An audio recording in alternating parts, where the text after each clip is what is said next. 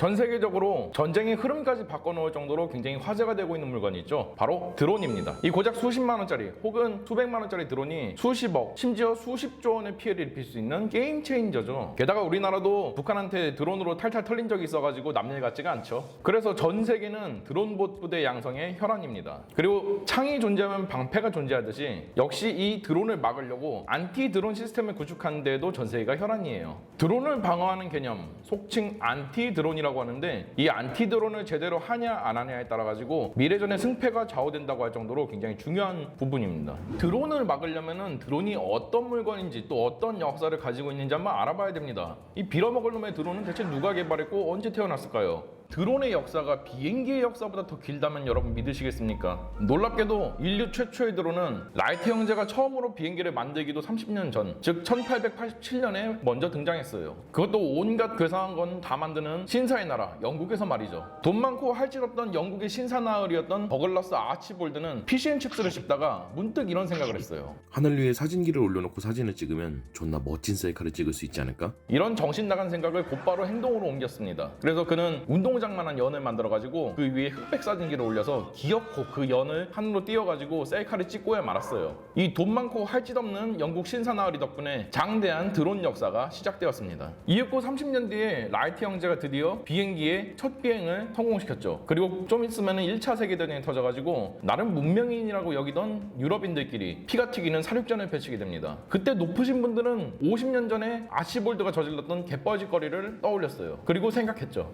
무인 비행기에 카메라가 아니라 폭탄을 달면 원격으로 적을 폭격할 수 있지 않을까? 네, 연필만 봐도 사람 죽이는 생각이 먼저 떠오르는 인간답습니다. 이렇게 해서 제너럴 모터스사의 주도로 1918년 버그라는 최초의 무인 폭격 드론이 탄생합니다. 한마디로 지금 현대의 바이락타르나 리퍼의 조상이라고 볼 수 있죠. 우리가 지금 알고 있는 공격용 드론들이 알고 보니 100년도 더 전에 개발되었다니까 진짜 불화를 탁칠 만한 사실이죠. 그리고 2차 세계대전 직전까지도 뭐 정찰 혹은 표적 예인용으로 많은 드론들이 개발되었습니다. 근데 그 중에서 휜비라는 그런 드론이 있었거든요. 표적 예인기입니다. 이게 성능이 굉장히 좋아가지고 보통 신개념 제품 나오면 그 중에서 제일 유명한 제품의 이름을 따서 대명사화하는 게 일반적이죠. 우리 퐁퐁처럼. 그래서 휜비 이후에 나온 드론들은 수컷벌이라는 이름으로 드론이라고 명칭되게 됩니다. 그렇게 해서 우리가 아는 드론이 탄생하게 된 거예요. 2차 세계대전 이후에도 남은 전투기들 중에서 좀 저성능 전투기들 있잖아. 이런 거 되게 많이 잉여잉여하게 많이 남았거든요. 그래서 이거를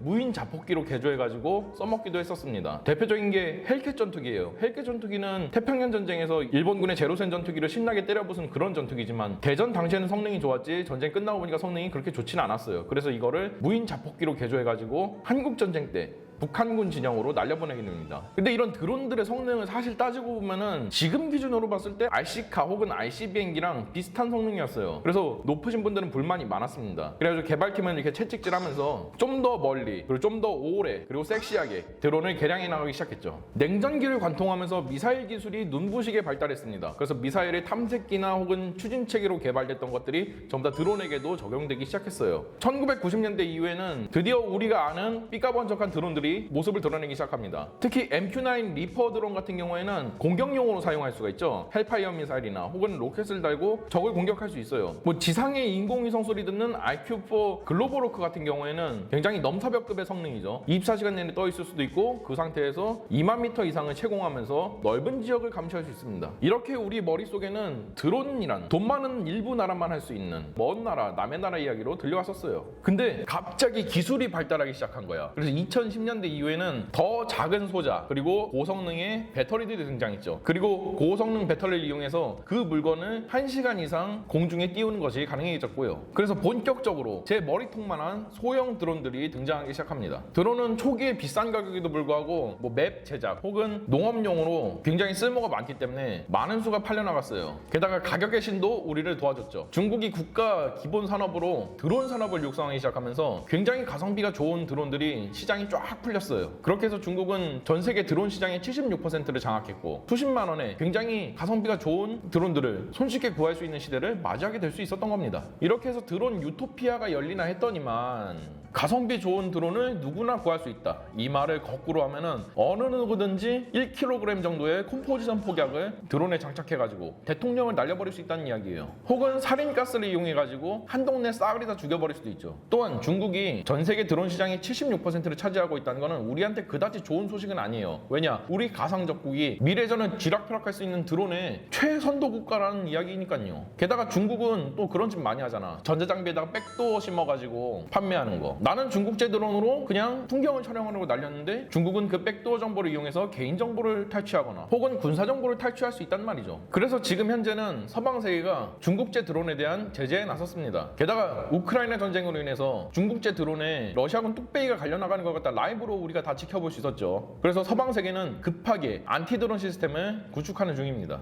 이처럼 드론을 평화적으로 쓰면은 우리한테 유토피아를 가져다 줄 수 있는 굉장히 좋은 수단이 될 수 있습니다. 그러나 악한 심정을 품고 사용하면은 재앙이 될 수도 있죠. 근데 우리 인류는 악한 새끼들이잖아. 그래서 재앙이 될 가능성이 더 높아요. 그렇다면 드론은 어떤 기준으로 어떻게 나뉘느냐, 그리고 우리는 그 중에서 어떤 드론을 중점적으로 막아야 되느냐, 여기에 대해서 한번 알아보죠. 자, 표 하나 띄워드리겠습니다. 드론을 나누는 기준입니다. 일단 군용과 민수용으로 나뉘죠. 군용은 뭐 우리가 알다시피 정찰용 혹은 공격용으로 나뉠 수 있고, 민수용은 뭐 셀카를 찍는다든지 농약을 뿌린다든지 그런 걸로 나뉠 수 있죠. 비행체의 형상으로는 고정익, 그러니까 일반 비행기처럼 슝 이륙해서 운영하는 거랑 회전익, 헬리콥터 생각하시면 됩니다. 그리고 그 두 개를 동시에 다 갖춘 끔찍한 혼종인 복합형으로 나뉩니다. 그리고 비행체의 크기는 초소형, 소형, 중형, 중대형으로 나뉘고 운영 고도에 따라서도 뭐 저고도, 중고도, 고고도 이렇게 나뉩니다. 이 중에서 요즘 가장 대응이 어렵다고 화두가 던져지는 게 바로 초소형과 소형 드론입니다. 다른 드론들은 그냥 일반 비행체를 대응할 때 하는 방식으로 대응하면은 충분히 요격도 가능해요. 왜냐면은 제 아무리 드론이라고 해도 일반 비행기처럼 크고 혹은 뭐 중고도를 날아오거나 그러면은 손쉽게 레이더에 탐지가 되고 대응을 할 수가 있으니까요. 게다가 이런 대형 드론들 특징이 중고도 이상을 나는 경우가 굉장히 많아요. 그렇기 때문에 레이더에 손쉽게 탐지할 수 있고 또 원한다면은 요격도 충분히 시도를 해볼 수가 있습니다.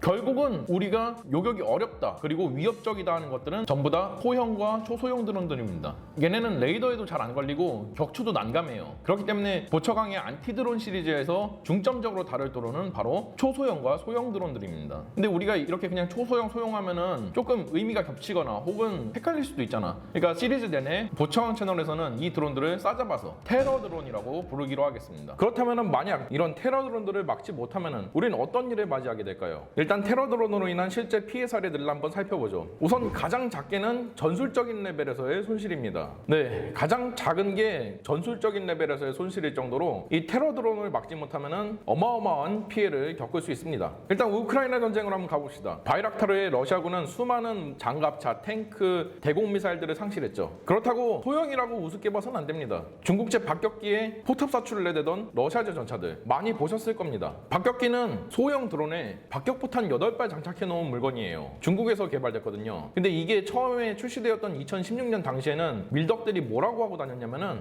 에이 저딴 종이비행기 가지고 뭘 잡겠다는 걸 도대체. 역시 까고 보니 중국제죠 라고 하고 다녔으나 2023년 현재 이 박격기의 성능에 의문을 표하는 사람 있나요? 없을 겁니다. 미국제 스위치 블레이드 드론도 마찬가지예요. 정찰 목적으로도 이용이 가능하지만 탄두부에 40mm 유탄을 달고 적 머리 위로 다이빙하는 게 가능하죠. 여러분 머리 위로 40mm 유탄이 직격한다고 생각해보세요. 와우! 우크라이나가 현재 자체 개발한 장거리 드론도 역사의 한 획을 그었죠. 2022년에 우크라이나군은 장거리 드론을 러시아로 침투시켜가지고 전략 폭격기들이 주기되어 있던 비행장을 타격했습니다. 물론 소형 드론이라 가지고 폭격량이 작아서 위력이 굉장히 부족할 것 같았어요. 그러나 이것은 굉장히 높은 명중률로 메꿔졌습니다. 우크라이나군의 오퍼레이터들이 정밀하게 드론들을 조종해서 작은 손상으로도 비행기를 폐처리해야 될 수도 있는 후방 벌크헤드 부분 있잖아. 이 부분을 정확하게 타격한 겁니다. 그렇게 해서 4대의 전략 폭격기가 고물상에 엿바꿔 먹어야 되는 신세로 전락했어요. 게다가 요즘은 배회하는 탄약의 개념도 굉장히 인기가 많죠. 이 배회하는 탄약이 뭐냐면은 공중에서 빙빙 돌면서 채공을 하고 있다가 해당 지역에 적군이 나타나면은 굉장히 발달된 전자거광 센서로 얘네를 갖다가 인식해가지고 스스로 공격을 하거나 때려박는 그런 드론입니다. 이러면 대체 누가 참호 밖으로 머리를 들 수 있을까요? 이미 이스라엘은 한 발 앞서 나가가지고 1990년대에 이런 배회하는 탄약 개념의 드론들을 많이 개발했습니다. 하피와 하롭이라는 물건인데요. 패시브 레이더 센서를 가지고 있어가지고 공중을 배회하다가 적의 레이더 전파가 수신이 딱 되면은 그 레이더 전파를 역추적해가지고 레이더에 때려박는 그런 배회하는 탄약입니다. 상대방은 이 하피와 하롭 두 자폭 드론이 무서워가지고 레이더를 함부로 킬 수가 없는 상황이 되어버리는 거죠. 즉 21세기에 장님인 상태로 전쟁을 해야 된다는 거예요. 사거리는 하피는 500km, 하롭은 1000km로 굉장히 전 세계에 많이 판매가 되었습니다. 한국군도 약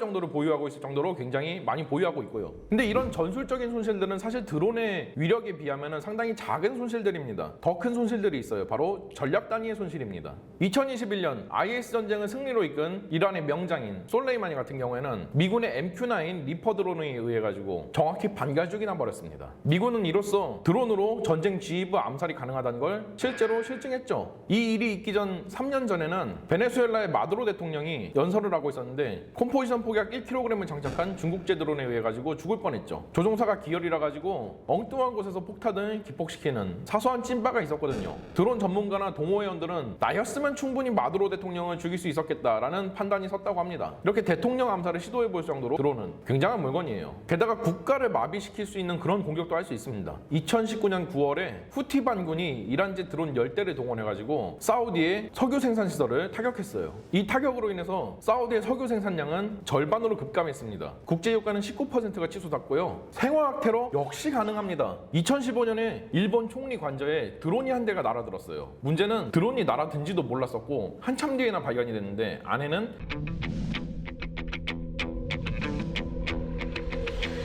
구독, 좋아요 꼭 부탁드리고요. 멤버십에 가입하시면 각종 멤버십 전용 영상들을 보실 수 있습니다. 방사능 오염물질들이 들어가 있었습니다. 이 외에 수많은 실전 사례들이 있어요. 이처럼 벌써부터 상상하기 싫을 정도의 끔찍한 일들이 많이 벌어지고 있는데 만약 우리나라라면 어떤 게 가능할까요? 가장 큰 가능성은 군집 드론 공격이에요. 우리 평창올림픽 폐회식 때 화려한 드론쇼 봤죠? 이때 동원된 드론들이 1000대가 넘는답니다. 근데 이 드론들에 모두 각각 약 1kg 정도의 VX 가스가 실려 있었다고 생각해보세요. VX 가스는 극소량을 스프레이로 김정남한테 뿌리는 것만으로도 김정남을 순식간에 죽음으로 몰고 왔던 바로 그 신경가스입니다. 1000대의 드론들이 미리 입력된 경로로 비행하면서 수도권 곳곳을 날아다니면서 VX 가스들을 살포한다면 수도권 2천만 시민들 15분 만에 괴멸입니다. 여러분 집에 방독면이 있어도 그거 아무짝에도 쓸모없어요. 왜냐면은 VX 가스는 무치 무미이기 때문에 여러분이 군에서나 쓰는 화생방 경보 장비를 가지고 있지 않는 이상은 이게 살포됐는지도 몰라요. 방독면 쓰기 전에 여러분은 하고 쓰러집니다. 설사 살포 사실을 누가 경보해준다고 해도 가스를 흡입한 지 1분 정도가 지나면은 전신마비 증상이 와요. 그렇기 때문에 여러분은 방독면을 쓸어 가기도 어렵습니다. 이 상태에서 중화제인 아트로핀과 옥심을 제때 맞지 않으면은 병원에도 못 가보고 그냥 죽는 거예요. 여러분 놀랍게도 이 시나리오는 한국에서 벌어질 수 있는 가장 높은 군집 드론 공격 시나리오로 실제로 북한은 약 400에서 500대 정도의 군집 드론을 동시에 날릴 수 있는 그런 능력을 가지고 있고요. VX 가스도 지금 수백 톤이나 가지고 있으니까 불가능하지 않죠. 아니 지금 당장도 어쩌면 가능하지. 혹은 우리나라에 있는 각 데이터 센터 혹은 국사들을 공격해가지고 대한민국의 인터넷과 전산망을 통째로 마비시키는 것도 가능해요. 우리는 이미 카카오 데이터 센터 화재랑 아현 화재 그리고 KT 데이터망 마비 사태 이런 걸로 살짝 체험해 본 적이 있죠. 이렇게 되면 대한민국이 심각한 경제적 사회적 손실을 입게 될 겁니다. 나중에 뭐 북한 짓이라고 이걸 밝혀낸다고 하더라도 북한이 천안함 때처럼 우리 짓 아니라고 오리발 내밀면 끝이잖아요. 그럼 어떻게 할 건데? 핵 테러도 가능합니다. 약 1킬로톤 정도의 핵배낭을 드론에 실어가지고 테러하는 방법이죠. 다만 이 핵배낭이라는 물건 자체가 일반인들 생각보다는 굉장히 무거운 물건이에요. 그렇기 때문에 이거를 다이렉트로 드론에 실어가지고 휴전선을 건너와서 도심지를 테러하기에는 굉장히 무리가 많습니다. 비행 가는 거리가 굉장히 줄어들 테니까요. 그래도 방법이 하나 있지. 자, 북한에서 약 1킬로톤 정도의 위력을 가지고 있는 핵배낭을 드론에 장착합니다. 이 정도면은 베이루트 참사 때 벌어졌던 폭발 규모가 약 1킬로톤 정도거든요. 그 정도의 위력입니다. 이 핵배낭을 달고 있는 드론이 휴전선만 일단 간신히 넘어와요. 나와요. 접경 지역에서 고정 간첩이 이 핵탄두를 회수합니다. 그리고 고정 간첩은 그걸 수도권으로 들고 와가지고 벚꽃 축제 시즌에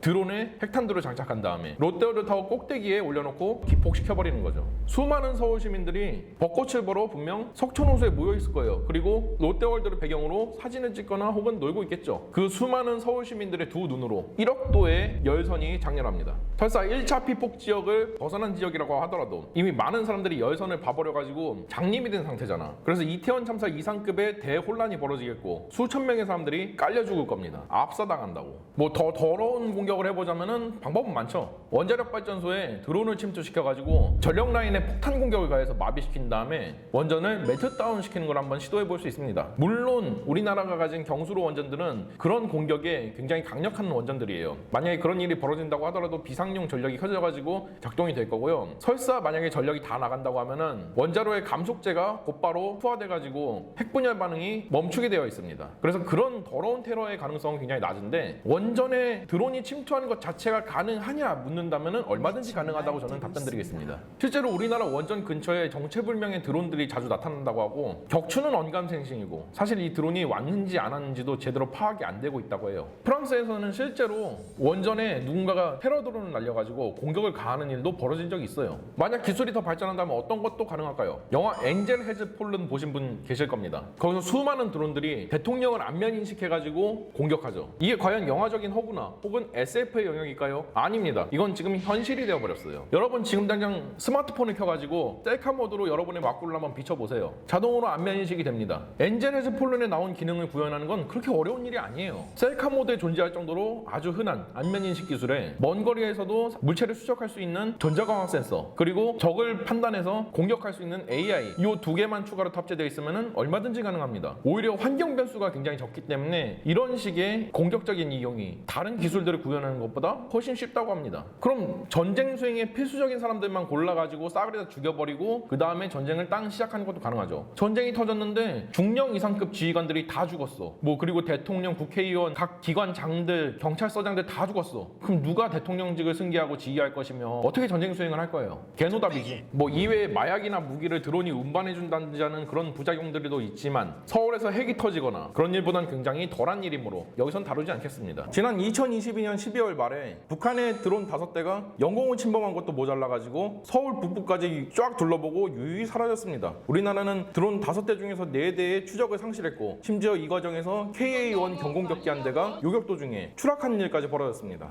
대응에 완전히 실패한 거죠. 그보다 앞선 2014년에는 파주에서 북한제 드론 한 대가 추락한 채 발견되었습니다. 여기서 끝이 아닙니다. 사드가 배치되어 있는 성주에 드론들이 출몰해가지고 사드 포대를 정찰하고 유유히 사라졌으며 원자력 발전소에도 심지어 드론들이 종종 출몰해가지고 사진을 찍고 유유히 빠져나간다고 합니다. 우리는 왜 이토록 드론에 무력한 걸까? 여기에 대해서 분석해드리도록 하겠습니다. 이 안티드론이라는 개념이 굉장히 생소한 개념이에요. 테러 드론이 본격적으로 전장에 나타나가지고 기하급수적으로 쓰인 게 바로 2010년대였습니다. 얼마 안 됐죠. 그 전까진 드론이라는 물건은 일부 돈 많은 군사 선진국들이나 할 수 있는 장난감 정도로 여겨져가지고 체감이 안 됐어요. 그냥 먼 나라 이웃 나라 이야기로 들렸다는 거지. 근데 이렇게 갑자기 전 세계 각지에서 테러 드론이 쫙 등장해버리니까 우리뿐만 아니라 전 세계 그리고 미국마저도 당황하는 중이에요. 이걸 어떻게 해야만 효과적으로 대응할지 아직 효과적인 대응책은 나오지 않았습니다. 그냥 있는 거 일단 이것저것 한번 써보고 대공포니 제머니 하면서 일단 대응책을 연구하고 확립하는 단계라는 거죠. 그래서 우리도 대응이 주먹구구식으로 나올 수밖에 없어요. 두 번째 원인은 테러 드론은 너무 작다는 겁니다. 중형 이상급의 사이즈를 가지고 있는 물체는 솔직히 일반 비행체를 대응할 때 사용하는 대응책으로 대응해도 무리는 없습니다. 근데 테러 드론들은 굉장히 무리가 많아요. 일례로 레이더에 어떻게 잡히느냐? 레이더 반사 면적, 즉 레이더에 잡히는 크기가 0.01제곱미터에 불과합니다. 이건 딱 3 정도 크기거든요. 그리고 5세대 스텔스 전투기 정도의 레이더 반사 면적이에요. 그러니까 한마디로 5세대 스텔스 전투기를 격추시켜야 되는 난이도라는 거지.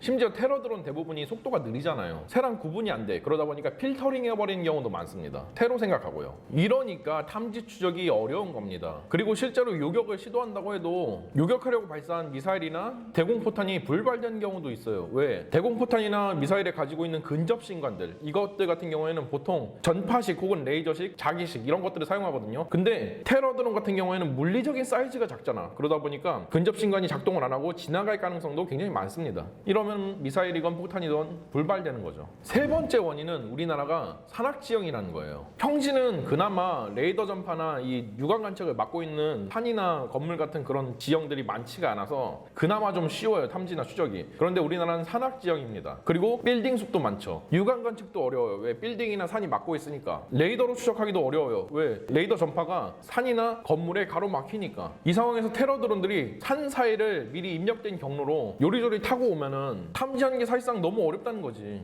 네 번째 원인은 국민들이 안티드론에 전혀 관심이 없습니다. 현재 안티드론 관련 사안들은 테러 방지법에 의거해가지고 국무총리실에서 담당하게 되어 있습니다. 자, 그런데 2016년에 어떤 일이 있었느냐? 한 국회의원이 국무총리한테 이런 질문을 했어요. 1982년부터 지금까지 국가테러대책회의라는 게 있는데 이거 누가 주최할 수 있으며 그 의장 누구냐고 질문했어요. 국무총리는 잘 모른다, 한번 알아봐야겠다, 이렇게 대답했습니다. 근데 국가테러대책회의의 의장은 국무총리였습니다. 네, 높으신 분들은 이런 게 있는 줄도 몰라요. 안티드론? 그런 걸 알까 과연? 이런데 무슨 대응을 해? 뭐 물론 몇 년 전 사건이라서 그렇다 칩시다. 그래가지고 그 이후로 몇 번 회의가 열렸대요. 안티드론 관련해가지고 회의도 있었다고 합니다. 그런데 결국은 실무자들이 아무리 건의를 해도 높으신 분들은 그닥 관심이 없었다고 해요. 심지어 기업 자산 중에 국가 중요 시설로 분류되는 것들도 있거든요. 그래서 사기업이나 공기업에서 안티드론 관련 장비들을 구비해가지고 안티드론 시스템을 의무적으로 구축을 해야 되는 경우도 있어요. 그런데 이 기업들도 돈 쓰기 싫어가지고 어떻게든 국회에서 안티드론 관련 발의해주지 말라 이러면서 로비를 한 경우도 있답니다. 거기다가 국민들은 안티드론에 전혀 관심이 없어가지고 안티드론 관련해가지고 발의도 안 할 뿐더러 그런 안티드론 관련 정책을 내세우는 그런 사람을 뽑아서 국회의원으로 올리지도 않아요. 목소리도 안 내고요. 이런데 뭐가 가능해? 아무것도 못해요. 다섯 번째 원인은 상황이 이렇다 보니까 대응 매뉴얼이나 대응책들이 다 중구난방이에요. 국가 중요시설은 중요도에 따라서 가급, 나급, 다급으로 나뉩니다. 근데 아직까지도 국가 중요시설 방호 개념에 드론을 대비하는 개념은 굉장히 미숙한 편이에요. 우리 보통 1지대, 2지대, 3지대 방어 개념이라고 부르거든요. 적이 중요시설에 접근하는 거리에 따라 가지고 소총 유효 사거리를 기점으로 적을 탐색, 추적, 경멸하는 단계적 방어 기법입니다. 문제는 여기 드론을 대비한 뚜껑이 전혀 없습니다. 그나마 2014년에 북한의 드론 침투 이후에는 예산을 좀 들여가지고 일부 장비와 인원들을 국가 중요시설에 배치시키는 그런 성과도 있긴 했었습니다. 근데 이게 딱 탁상공론, 보여주기식 정책이라 가지고 어느 시설에는 드론 잡는 재미인 것만 있고 레이더나 그런 탐지 장비는 하나도 없어가지고 드론이 왔는지 안 왔는지도 몰라가지고 못 잡는 경우가 있고요. 어떤 시설에는 탐지 장비는 있는데 이걸 대응할 만한 재민건이나 그런 요격체계가 없어. 그래서 그냥 오면은 응 왔구나 어서 오고 하고 보내는 수준이랍니다. 게다가 이 장비들을 다루는 사람들이 군이나 경찰이 아니라 대부분이 청원 경찰이나 직원들이잖아요. 이 사람들은 드론을 마음대로 격추시킬 수 있는 법적인 권리가 보장이 안 돼 있어. 아니 생각해봐. 매뉴얼대로 내가 드론을 격추시켰어. 근데 최소 재물손괴죄. 그 드론이 떨어지면서 누가 맞아서 다쳤어. 혹은 차에 맞아가지고 교통사고가 일어났어. 그럼 상해죄. 물건을 사용해서 사람을 다치게 했으니까 특수상해죄가 되겠네요. 그럼 깜빵 가는 거야. 그러면은 멀쩡히 다니던 직장 잃고 깜빵 갔다 와가지고 처자식은 쫄쫄 굶고. 이러니 누가 매뉴얼대로 드론을 격추하려고 나서겠냐고. 뭐 그래 드론을 발견했어. 그럼 경찰에 신고해서 대응할 수 있겠지. 경찰에 신고하면 어떤 일이 벌어지는 줄 아세요? 자, 비행금지 구역에서 비행하는 드론이 발견되었습니다. 근데 직원들이나 청원 경찰들은 이걸 격추시킬 권한이 없으니까 112에 신고합니다. 네, 경찰입니다. 여기 변전소인데요. 비행금지 구역에 드론이 나타났어요. 빨리 좀 출동해주세요. 한참 뒤 경찰이 옵니다. 아저씨, 저기 드론. 경찰이 이야기하죠. 그래서요? 아, 여기가 그 비행금지 구역이에요. 저희가 국가 중요시설 다급이라 가지고요. 뭐 그렇게 해서 지금 여기 드론이 날 수가 없게 돼 있고요. 그렇게 돼 있어가지고 지금 아 그러세요? 그럼 지금 그 드론 어디 있어요? 저기 없어졌네. 아이씨 분명 여기 있었는데. 뭐 알겠고요. 뭐 경찰들 바쁘니까 허위 신고하지 마세요. 자, 이런 일을 두세 번 겪고 나면은 드론이 나타나도 신고할까요? 결국 못 잡는 겁니다.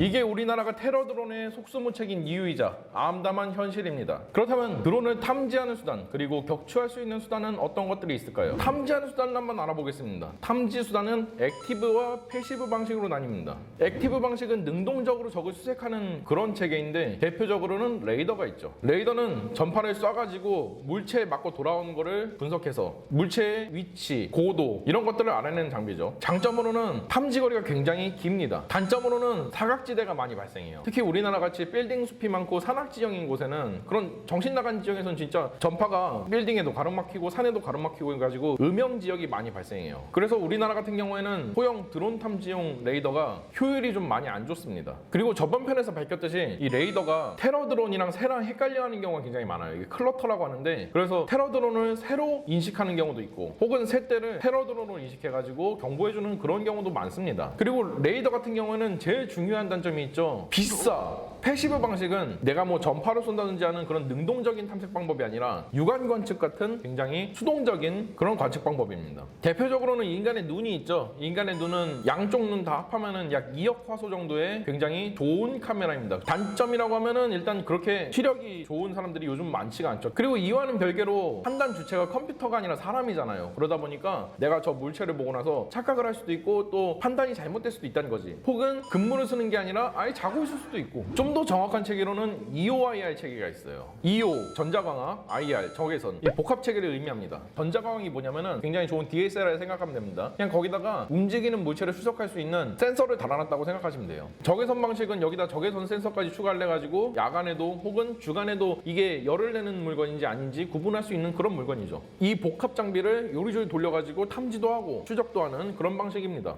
장점으로는 레이더 전파는 재밍도 당할 수 있어요. 그래서 재밍 당하면 먹통되죠. 근데 이 EOIR 장비 같은 경우에는 패시브 장비라 가지고 재밍 당할 염려가 없습니다. 그리고 표적이 작든 크든 어쨌든 잡아낸다는 거죠. 단점은 탐지거리가 짧아요. 그리고 기상의 영향도 많이 받고 오경고도 잦습니다. 사각지대가 없는 건 또 아니라 가지고 당연히 눈으로 보든 전자광학 체계로 보든 빌딩 숲이나 아니면은 산에 가려져 있는 부분 뒤는 못 보죠. 그리고 전파 탐지 추적 방식이 있습니다. 패시브 레이더라고 하는데 드론은 보통 전파를 이용해 가지고 조종하잖아요. 특정 주파수의 전파가 딱 탐지됐다고 하면은 주변에 드론이 있는 거죠. 그런 식으로 찾는 겁니다. 단점은 운용자가 그 대역대의 주파수만 쓴다는 보장이 없고, 그리고 만약에 드론이 전파를 이용해서 조종하고 있지 않을 수도 있어요. 미리 입력한 코스대로 그냥 비행을 하고 있을 수도 있어요. 그러면은 이 패시브 레이더 시스템은 말짱 꽝이 되는 거지. 그 외에 뭐 풍압 측정 장비 혹은 음향 측정 장비로 추적을 하는 경우도 있는데, 우리나라 같은 경우에는 되게 시끄럽고 바람 많이 부는 환경이잖아. 그래서 잘 쓰이진 않아요. 최신 장비들은 이것들을 다 혼합해서 씁니다. 패시브와 액티브를 혼합해가지고 만약에 액티브 체계인 레이더가 드론으로 예상되는 물체를 탐지했어, 혹은 패시브 레이더가 드론의 전파를 수신했어, 그러면은 EOIR 체계가 돌아가면서 그 드론을 찾는 방식이죠. 그럼 드론을 아예 떨어뜨릴 수단은 어떤 게 있을까? 이것은 소프트킬과 하드킬로 나뉩니다. 소프트킬 수단은 직접적인 파괴 행위 없이 드론을 추락시키는 걸 의미하고, 하드킬은 말 그대로 물리적으로 드론을 타격해가지고 추락시키는 방법입니다. 소프트킬 방식으로는 제머가 있습니다. 드론의 조종 전파를 방해하는 방해 신호를 써서 혹은 GPS 신호를 방해하는 방해 전파를 써가지고 아웃 오브 컨트롤이 되게 해서 추락시키는 그런 시스템이죠. 장점으로는 물리적인 파괴 방법을 사용하지 않아도 돼가지고 부수적인 피해가 상당히 많이 줄어들 수 있다는 거고, 제머와 전기만 있으면은 대응이 가능하다 보니까 대응 비용이 굉장히 저렴합니다.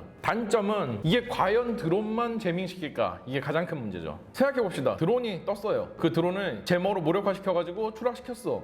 근데 주변에 있는 통신 전파가 재밍돼 버렸네? 혹은 데이터 신호가 전부 다 재밍이 돼 버렸네? 그래서 지역적인 통신 장애, 데이터 장애가 일어날 수도 있고요. 그나마 이 정도에서 그치면 다행이지. 만약에 공항이야. 내가 드론을 발견해가지고 제머로 무력화시켜가지고 떨어뜨렸는데, 문제는 그 재밍 장비에 의해가지고 접근 경보 레이더 혹은 ILS 이런 것들이 교란당해버렸어. 이게 뭐냐면은 착륙 유도 장치들이거든요. 활주로랑 비행기랑 방향이 일직선인지 혹은 착륙 각도는 적당한지 여기에 대해서 알려주는 장비들입니다. 이걸 레이더 전파를 사용해요. 근데 이게 전부 다 교란당해버리면은 엉뚱한 위치 정보와 엉뚱한 고도 정보를 수신받을 수가 있다는 거지, 비행기 쪽에서. 그럼 문제가 뭐냐? 활주로가 여기 있어. 그런데 재밍당해버려서 여기 있는 걸로 표시가 돼. 근데 여기는 산이야. 그러면은 비행기가 여기다 꼬라박겠죠. 그럼 수백 명의 인명 피해가 나는 겁니다. 이 문제 때문에 공항에서 제머를 사용하는 건 조금 제약이 있어요. 그래서 공항에 아예 못 들어가는 경우도 있고, 이런 장비들은 혹은 다른 부수적인 장비에 영향을 주지 않는다라고 판명이 난 그런 장비들만 제한적으로 들어간다고 합니다. 하드킬 수단으로는 첫 번째는 레이저입니다. 자동 조준되는 고출력 레이저로 드론의 눈인 전자광학 센서를 불태워버리거나 혹은 아예 드론 자체를 과열시켜가지고 추락시키는 그런 방법이죠.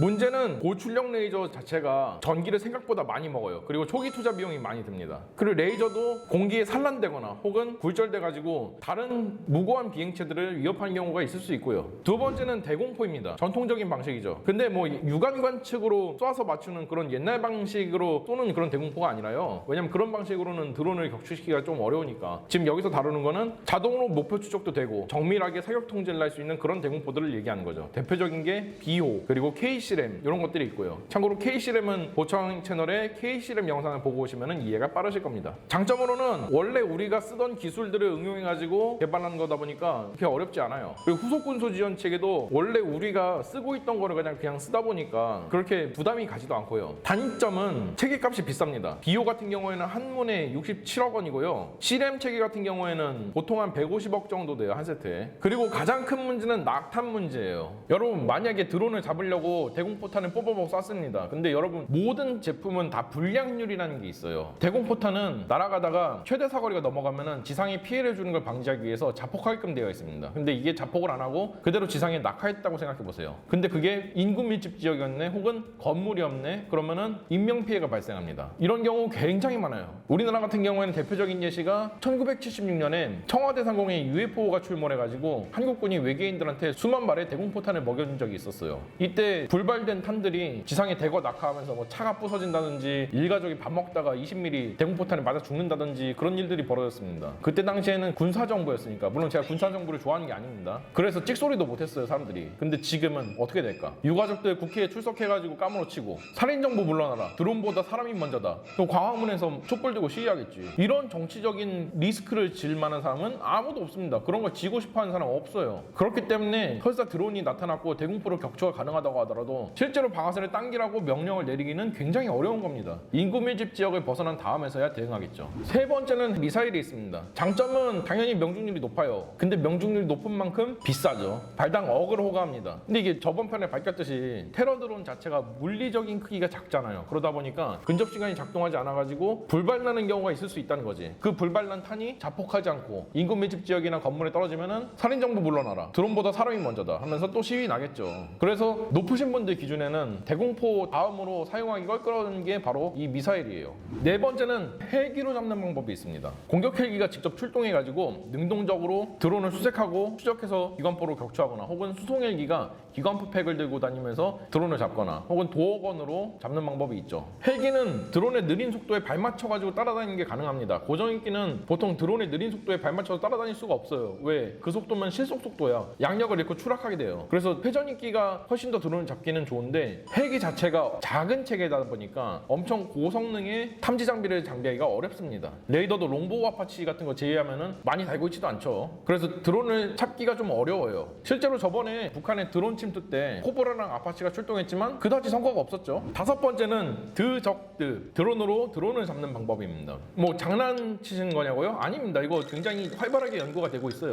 이미 평창 동계올림픽 때 우리나라가 그물을 달고 있는 킬러 드론을 배치해서 운영한 적이 있고요. 실제로 지금 우크라이나 전쟁에서도 드론끼리 박치기를 해가지고 격추시키는 경우가 왕왕 발생하고 있죠. 실제로 드론끼리 박치기를 하는 게 상황만 따라주고 실력만 있다면 충분히 가능하다는 게 전문가들의 의견입니다. 단점은 이제 드론을 발견했어. 내가 도망가는 드론을 추적해가지고 박치기를 하든 그물을 던져 잡든 해야 돼. 근데 드론이 멀어질수록 조종하는 전파가 왔다 갔다 하면서 딜레이가 발생해요. 내가 실제 앞으로 가라고 입력했는데 그게 한참 뒤에 앞으로 쭉 간다는 거지. 그런 딜레이가 발생하기 때문에 이 딜레이를 감안해가지고 드론을 잡을 수 있는 그런 실력을 가진 사람이어야만 뭐 그물을 던져 잡든 박치기를 해서 잡든 가능하다는 거죠. 샷건으로 잡는 방법이 있습니다. 샷건의 버드샷, 산탄이죠. 이걸로 저새는 해로운 새다 해가지고 유해 조수를 많이 잡습니다. 이 정도면은 충분히 저고도를 날아다니는 드론 정도는 잡을 수 있어요. 왜냐면은 드론은 아까 이야기 드렸다시피 가볍게 만들 수밖에 없어요. 그러면 내구성을 강화시킬 수가 없어. 어차피 이런 버드샷만 써도 산탄고수 몇 발 맞으면은 픽 쓰러지는 게 드론입니다. 단점으로는 전문 엽사급의 실력이 필요하고 사거리가 짧다는 거죠. 뭐 이외에는 잡다구리하게 그물총으로 잡는 방법이 있는데요. 굉장히 대응거리가 짧습니다. 그리고 뭐 소총이나 기관총으로 대응하는 방법도 있는데 탄막을 쳐서 잡는 방식이거든요. 이거 같은 경우는 여전히 낙탄 문제가 있죠. 사격 훈련하다가 총구를 살짝 들어서 쐈는데 그게 날아가지고 골프장에 있던 사람을 맞추고 뉴스에 나오고 그런 경우 간혹 있습니다.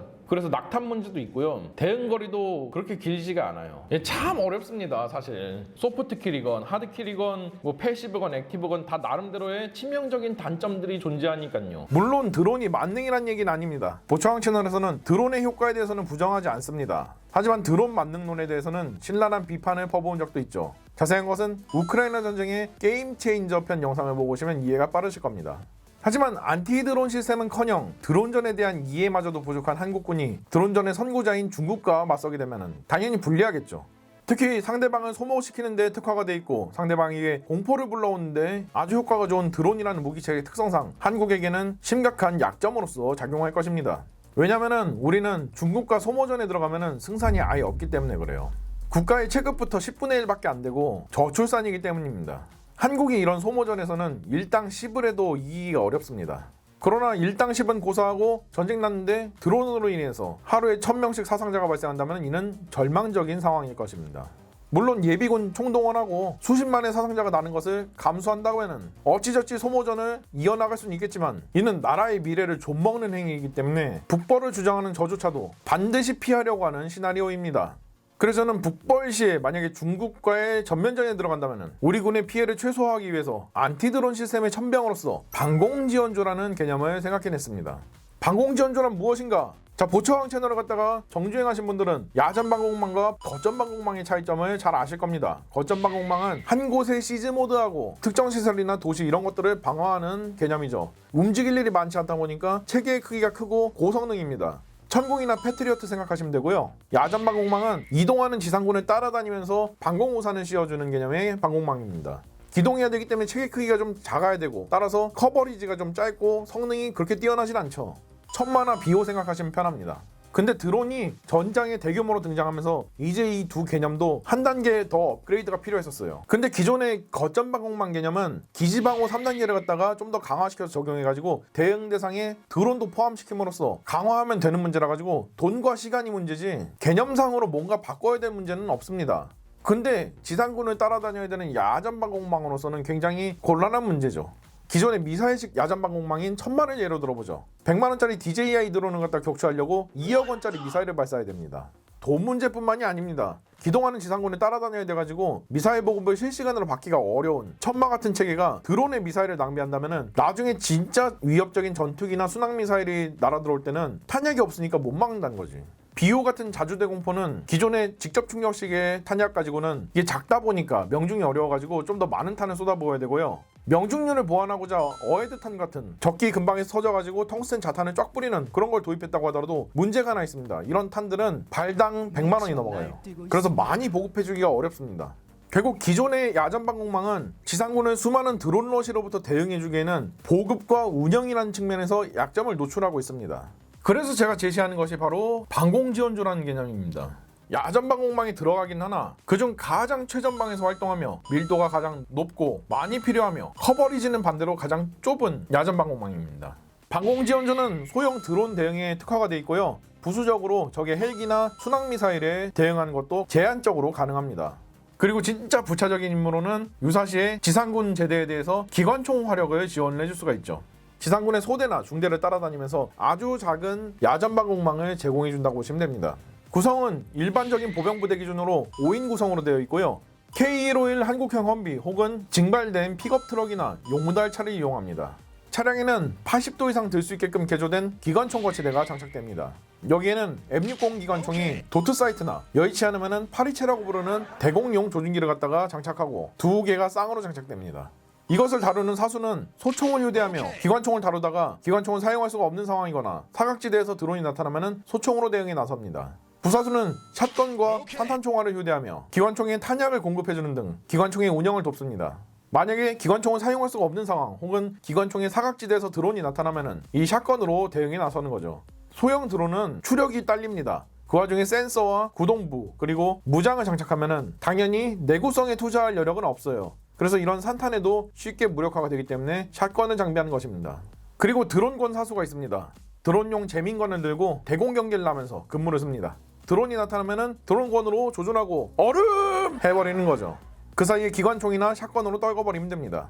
조장은 상급 부대로부터 무전을 받고 공중 위협체나 드론이 나타난 지역을 경계하게끔 하거나 전반적인 방공 임무를 통제해주는 그런 역할을 하죠.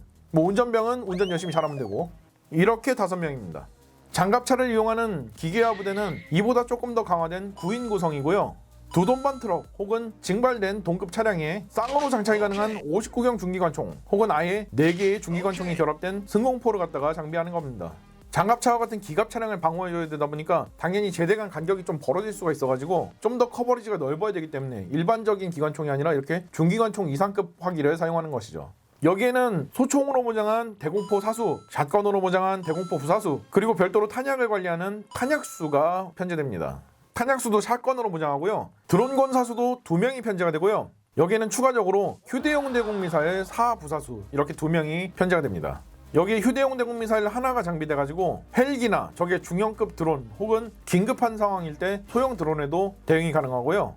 다만 국내에서 쓰는 신궁이나 미스트랄은 무겁고 거치 후 사격에 특화가 된 만큼 현재 예비 문자로 보관되어 있는 스팅어 B형이나 이글라 혹은 제블린 대공 미사일이 장비가 될 것입니다.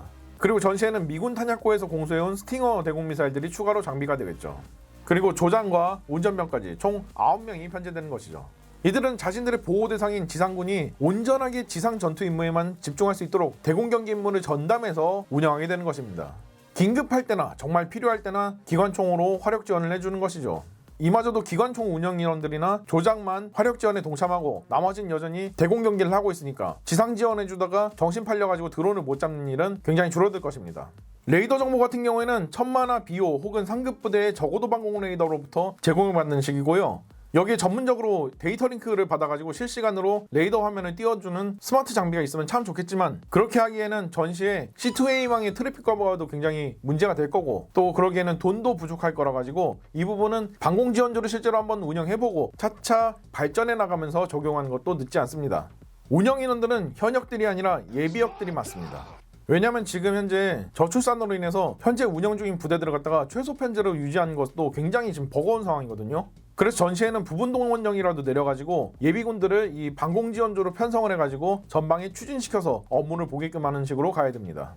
여기에 편성된 인원들은 예비군 훈련 가가지고 실제 자신들이 다룰 무기에 대해서 사용법을 익히는 과정을 거치게 될 것이고요. 훈련 중 하루는 실제로 차량에 탑승해가지고 전방에 추진돼가지고 대공 경계를 하는 그런 훈련까지 진행을 하게 될 것입니다.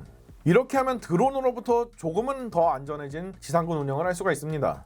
이쯤 되면 또 딱히 쿨하신 물덕분들이 한마디 거둘 텐데요. 그냥 일반적인 보병 분대한테 드론건이나 샷건 혹은 휴대용 지대공 미사일을 갖다가 장비시켜가지고 운영하게끔 하면은 더 많은 부대들에 장비시켜줄 수 있고 좋지 않겠냐고 하실 겁니다. 방공지원조의 커버리지에서 이탈한 혹은 지원받기 어려운 부대들도 자신들이 스스로 드론에 대응해서 맞서 싸울 수 있고요. 그러나 이것은 아주 글러먹은 생각입니다.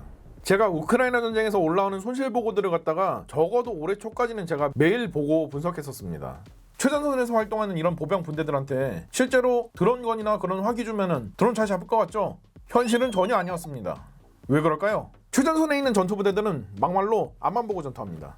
당장 자신들의 임무가 최전선에서 적 보병과 싸워야 되는 것이고 실제로 가장 큰 위협은 결국은 전방이기 때문에 그래요. 후방도 봐주기 어려워요. 언제 어디서든 수류탄 날라들어가지고 옆에 땅에 떨어져 있을 수도 있고 온갖 위협들이 도사리고 있어요. 잠깐 한 놈 팔았다가는 대가리 날아가는데 언제 하늘 보고 경계하고 있어요. 그래서 일선 보병 부대들한테 이런 안티드론용 장비들을 갖다가 혼용해서 지급을 해본 결과 효율이 똥망이었습니다. 그래서 대공 경계를 갖다가 전담해서 해줄 방공지원조가 필요한 것입니다. 아니 그리고 당장 보병들은 전투가 발생하면은 총이랑 총알이랑 수류탄 휴대해가지고 돌아다니기도 바쁜데 여기다가 안티드론용 샷건이랑 샷건 탄약이랑 드론물까지 장비해가지고 다니라고? 니네 미스퍼거들 총 2자루씩 들고 뛰라고 하면 뛸 수 있어요? 각계전투 한번 해봐. K2 소총 한 자루도 걸리적거려. 행군 한번 해보세요. K1 기관당총도 무겁다고 느껴져. 결정적으로 방공망이라는 것은 집중 운용해야만 효과가 나타납니다. 예를 들자면은 대공미사일 4개를 갖다가 띄엄띄엄 운영하는 것보다 한 곳에 모여가지고 4개를 한꺼번에 운영하는 게 더 효과가 좋아요. 왜? 4개의 대공미사일들이 서로 사방을 갖다가 탐지해가지고 대공 경기를 해주니까. 분산되어 있으면 결국은 서로 어디 방향을 갖다가 보고 있는지 모르고 서로의 사각지대를 커버 쳐줄 수도 없기 때문에 빈틈이 발생하겠죠. 빈틈이 발생하면 여기로 드론이나 순항미사일 같은 공중위협체들 파고 들어와가지고 지상군을 곱씹어내겠지. 이는 실전에서도 증명되었습니다. 1990년 이라크가 쿠웨이트를 침공했습니다. 전 세계는 이라크군에게 철군하라고 요구했지만 이라크는 이 요구를 씹었죠. 그래서 미국이 총대 메고 70만의 연합군을 모아서 이라크군을 괴멸시키고 쿠웨이트를 해방할 목적으로 사막의 폭풍 작전을 실시했습니다. 근데 이 작전을 실시하기 전에 미국에서는 엄청 걱정했습니다. 이라크의 방공망은 세계 2위라고 평가받고 있었거든요. 그래서 미군은 연합군 전투기가 1000대 단위로 격추당할 거라고 예상했어요. 그리고 이라크군이 이제 조기 경보기도 보유하고 있다 보니까 요격기 전력도 충분하다고 봤고요. 근데 웬걸? 그런 일은 벌어지지 않았습니다. 오히려 이라크군은 연합군이 두들기면 두들기는 대로 방공망이 다 터져나갔어요. 왜 그렇게 된 걸까요? 물론 이라크군의 방공망이 강하다는 것을 알고 연합군이 선진화된 스마트 병기로서 만반의 준비를 하고 들어갔기 때문에 이런 결과가 난 것도 있습니다. 그러나 그 이면에는 이라크군이 방공망을 분산 운영해가지고 그렇다는 것은 부정할 수가 없어요. 띄엄띄엄 분산 운영을 했기 때문에 사각지대가 많이 발생한 결과 빈틈이 발생하면서 F-117 같은 스텔스기는 물론이거니와 심지어 저공 침투하는 공격기들도 제대로 격추를 못했고요. 아파치 같은 공격 헬기들도 이라크 영토를 유유자적 돌아다니면서 방공망을 사냥하는 충격적인 장면이 연출이 되었던 거예요. 방공지원조도 마찬가지입니다. 이런 전문적인 안티드론 장비들 전방부대한테 들려줘가지고 대공경계는 대공경계대로 안 되고 전투효율은 전투효율대로 깎아먹느니 차라리 방공지원조라고 하는 대공경계 임무를 전담하는 전문 인력들한테 안티드론 장비를 갖다 쫙 지어줘가지고 소규모 방공우산을 씌워주는 게 훨씬 더 효율적이라는 거죠. 방법론적인 것만 따지자면은 AHP 기법, 즉 계층 분석 기법을 이용해가지고 맞춤형 대응 마련하는 것이 지금 현재로서는 가장 합리적인 방법이죠. AHP 기법은 복잡한 시스템에서 여러 요소가 공통적으로 작용하는 의사결정 문제에 대해 종합적인 의사결정을 하는 데 적합하게 사용되며 전반적으로 계층 분석법은 문제의 본질, 내부 환경의 관계 및 영향 요인을 심층적으로 분석해서 의사결정의 사유를 정량 분석하는 기법입니다. 뭔 말인지 모르시겠죠? 안티드론 문제를 예를 한번 들어보죠. 문제점은 막기도 힘들고 찾기도 힘든 테러 드론입니다. 근데 우리가 못 막는 이유는 돈 문제도 있고 기술적인 문제도 있고 의지 문제도 있고 여러 가지예요. 찾아서 격추하는 방법은 패시브가 있고 액티브가 있고 하드킬이 있고 소프트킬이 있는데 다 장단점이 명확해요. 그리고 상황별로 굉장히 복잡한 상황들이 기다리고 있어요. 변수들도 다 달라요. 자, 여러분 머리 터지시죠? 인간은 원래 7개 이상의 변수가 머리에 입력되면은 뇌에 쥐가 나기 시작하거든요. 그래서 이거를 상황별로 몇 개 계층으로 나눠가지고 그 중에서 몇 가지 대응책을 마련해서 요소에 맞게 적용시켜가지고 대응하는 방법입니다. 그래서 안티드론 같은 경우에는 대응책을 3가지로 세분화할 수 있어요. 하이엔드, 스탠다드, 베이직. 하이엔드형은 말 그대로 최고급형이에요. 탐지 수단으로는 뭐 레이더 시스템도 있고 EOIR 시스템도 있고 패시브 레이더도 있고 심지어 경계근무 인원들까지 있습니다. 여기에 소프트킬인 제머도 포함되어 있고 하드킬로 뭐 대공포, 대공미사일, 레이저도 있고 경계근무 인원들에 의한 소총 사격이나 샷건 사격이 있을 수도 있죠. 재민건 사격이 있을 수도 있고 굉장히 고급진 시스템입니다. 이런 비싸고 돈지랄이고 무거운 시스템 어디에 필요할까요? 예, 대통령 경호 이런 데 필요합니다. 국가 중요시설 기준 각급에 해당하는 시설들에 필요한 시스템이죠. 물론 그보다 낮은 뭐 나급, 다급 이런 데에도 이런 장비 넣어주면 너무 좋겠죠. 근데 그럼 나라 지갑이 거덜나. 너무 비싸 이런 것들은. 그리고 각급인데도 불구하고 여건이 안 돼가지고 이런 하이엔드 시스템이 들어갈 수가 없는 곳들이 있습니다. 뭐 전력 용적이 부족하다든지 혹은 설치할 공간이 안 나온다든지 그런 여건이 안 되는 데들은 어쩔 수 없이 그 아래 단계인 스탠다드형을 넣어줘야 돼요. 스탠다드형은 레이더 시스템이랑 같이 패시브 시스템 중에서 한 종류, 뭐 EOR이면 EOIR 아니면은 패시브 레이더면 패시브 레이더, 그리고 소프트킬인 제머가 들어가고요. 하드킬 종류는 굉장히 간소화된 것들, 그런 게 살짝 들어가는 겁니다. 아니면 아예 안 들어갈 수도 있고. 아무래도 하이엔드보다는 비용적으로 그리고 하드웨어적으로 간소화가 되어 있기 때문에 굉장히 범용성은 좋습니다. 그러나 성능은 조금 떨어지지. 근데 이마저도 비싸서 넣기 힘들어. 일반 사유지야 혹은 기업의 시설이야. 근데 기업이 거기에 쓸만한 돈이 부족해. 국가 중요시설 다급 이하야. 그러면은 어쩔 수 없이 베이직형이 들어갑니다. 일단 레이더가 엄청 비싸잖아. 레이더 생략하고 EOIR 체계만 하나 들어가는 거죠. 혹은 그마저도 여건이 안 돼. 그러면 CCTV로 EOIR 센서의 역할을 어느 정도 하게끔 하는 겁니다. 격추수단으로는 소프트킬인 제머만 줍니다. 그마저도 재민건 같은 거 그런 거 한자로 지어주는 거죠. 이렇게 계층별로 나누어서 몇 가지 대응책들을 마련해가지고 그걸 요소에 배치해서 대응하는 방법입니다. 수단적인 것들은 일단 이렇게 조합해가지고 배치할 수 있습니다. 그런데 이거는 국민적인 관심이 없으면 절대 할 수 없는 것들이에요. 높으신 분들은 안티드론 시스템에 그다지 관심이 없습니다. 지금 나오는 정책들, 장비들 다 탁상 공론식이고 보여주기식 의식이에요.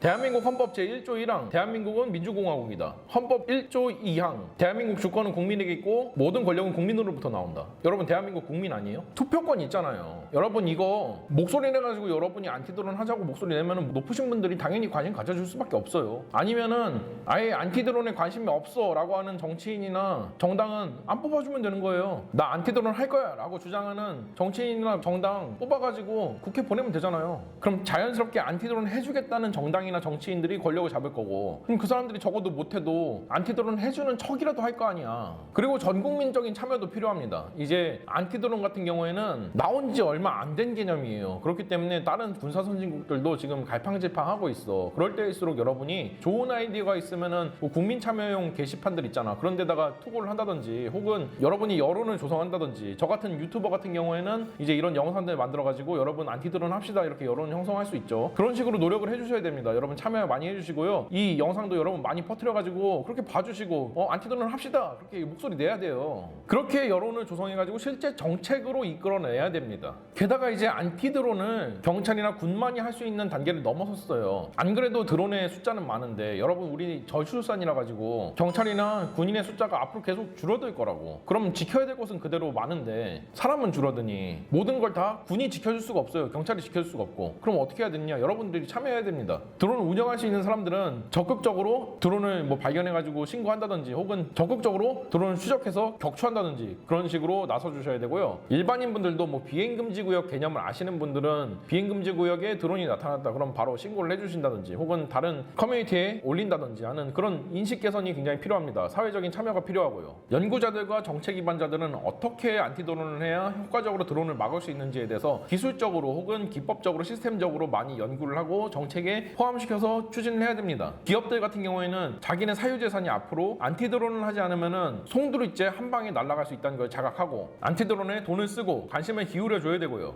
그리고 그렇게 할 수 있는 사회적인 분위기를 조성하고 누구든지 불법 테러 드론을 격추시키는 것이 가능해지도록 법을 제정해야 됩니다. 그 법 누가 만들어요? 국회의원이 만듭니다. 국회의원 누가 뽑아요? 우리가 뽑습니다. 투표권과 정책 참여를 적극적으로 해주세요. 이 나라 누구 나라입니까? 니네 나라예요? 남의 나라예요? 아니에요. 우리나라예요. 당신이 지키지 않으면 그 대가는 당신이 치르게 될 겁니다. 이 점 명심해 두시고 안티드론에 많은 관심과 참여 부탁드립니다.